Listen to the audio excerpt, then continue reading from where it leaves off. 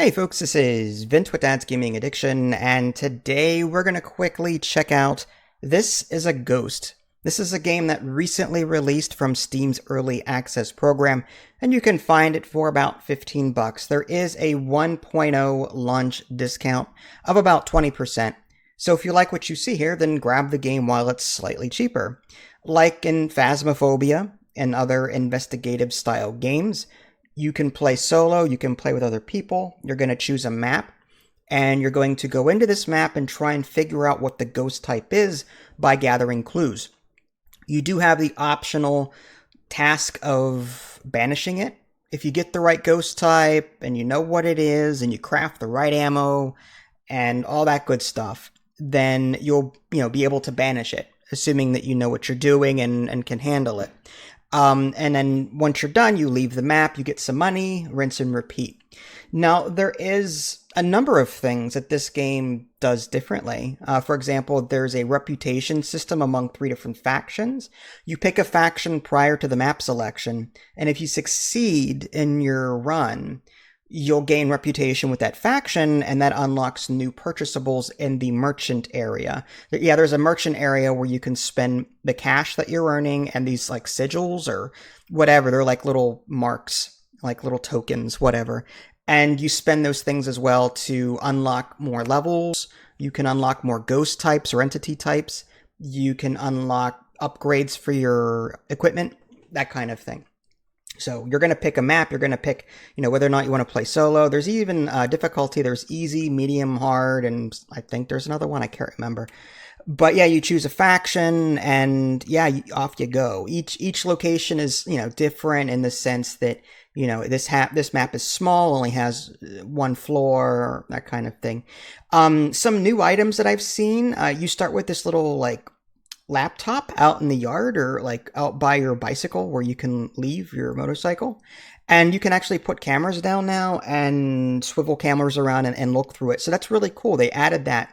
I don't know when, but I haven't played this for like a year or two, and I'm very happy to see that they added new stuff to the game. I also noticed that the models were a lot better than before as well, especially the ghost models when it's stuck in a room and it's spinning around in circles, which I'll get to in a little bit. But I love that. The developer did add more stuff to this game, and I'm looking forward to seeing all the new stuffs. So if you've played Phasmophobia, you'll be kind of familiar with the situation. Go into the map. Use your tools. You've got an EMF reader, so if you get an EMF 5, that's one of the things you mark off in your book. There's the dots in this game, or LSS, or whatever it's called in this game. There's orbs that you can find, and the orb is not necessarily indicative of where the ghost type room is. That is a thing you can mark off in your book as well if you want extra money. In fact, the ghost will be leaving clues to its name, its age, its type of death, or something like cause of death, I think it is. And if you add these items to your book as you're investigating, you're going to get extra money, which is kind of cool. So you're gathering clues by putting down various items. Again, the EMF, the handprints, the footprints. There's a number of things. But you're going to be also trying to find, take pictures and earn money that way. You're going to be taking pictures of, writings that the ghost may leave behind. That will earn you some money as well. And ultimately, you're trying to keep your global activity level low, because once it reaches a certain point, the ghost will come after you and try and kill you. And that threshold will change based on the ghost type it is. Each ghost has different stats. This ghost has a threshold of like 80% or whatever. So once it's 80 or over, then it'll start attacking you. This one has 60, this one's 40, whatever. Also, ghosts are vulnerable to different types of weapons. You have a pistol. You have like this electric taser gun, which shoots a ball of electricity somehow. I don't know. And then there's a shotgun that you get. So different weapons are in the game, and the ghosts are affected by them differently. You can also craft special ammo. And this is important to banishing the ghosts, especially. Certain ghosts, once you figure out what the ghost type is by inputting all the clues in the book, and then it'll tell you what the ghost is, once you get to that point, you can craft special ammo. Each ghost is like, I guess, vulnerable to certain things, and other things will piss it off. So once you craft the right shotgun bullets, you can then start shooting it and do a lot of damage to it. And ultimately, you're trying to get its energy to 0. And once you do that, you banish it. Now, you can't see its energy mid-game, as far as I can tell. But yeah. Oh, by the way, what you're seeing is kind of a blown out recording. The game, one of my complaints is that the game is so dark. Even with my brightness on completely high, like I put it on as high as it'll go, and I still couldn't see anything. And I have really bad eyesight, so take that for what you will. But I had to, in my video here, my post-processing, I had to increase the gamma by like, I don't know, up to 10 when it's normally at 0. So I was trying to make sure that you guys could see stuff while I was, explaining the game and all that good stuff. Yeah, so just be warned, the game is not usually this bright. It's actually quite dark. And that's actually a complaint I have, especially since I have bad eyesight. But anyway, I digress. Get back to the game. So yeah, different weapons, different ammo types that you can craft. Another thing that this game does differently is that there's 3 different kinds of, I guess it's behavior, I think it's called. There's like lost, there's residual, and vengeful. And you select that in your book as well. Now that behavior is important because if you select the right one, you can put the rune down of that color and trap the ghost and make it spin for a while and lose energy. If you pick the wrong behavior in your book, then the ghost will run through your runes that you're spraying down and nothing will happen. And the behavior is, well, indicative of what it does in the environment. Will the ghost trigger certain effects in the environment? If it triggers this particular effect, then it may be this behavior type.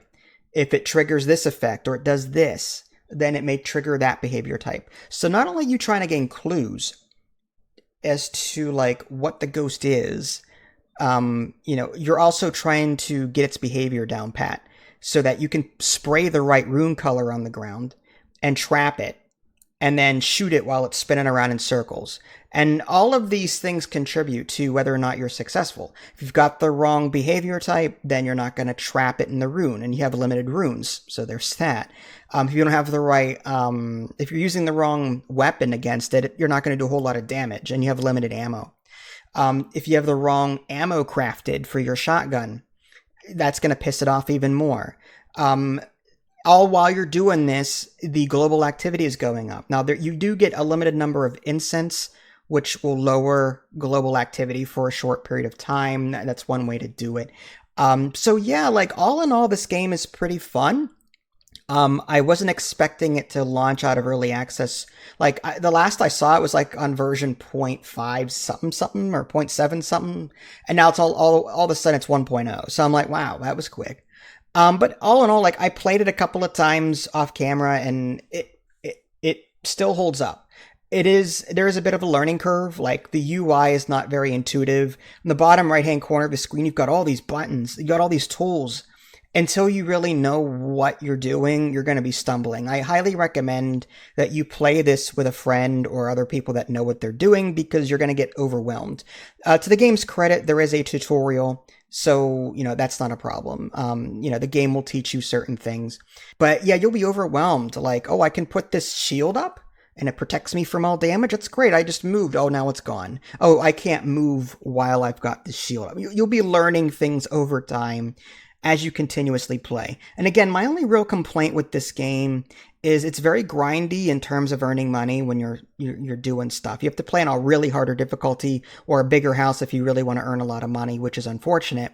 But I can understand the balance behind that. Again, my biggest complaint, though, is the brightness. I wish there was a way, like right now on this screen, I can see very well, and I wish I could increase the gamma in-game like I can post-processing on a video, you know what I mean? So other than that, like, I had a great time with this, and I look forward to coming back to it just to see all the different ghost types, what they do, and what new things are in the game. But this is a Ghost. If you like Phasmophobia and other games like it, check it out. This is Vince. Thanks for watching. Catch y'all next time. Take care.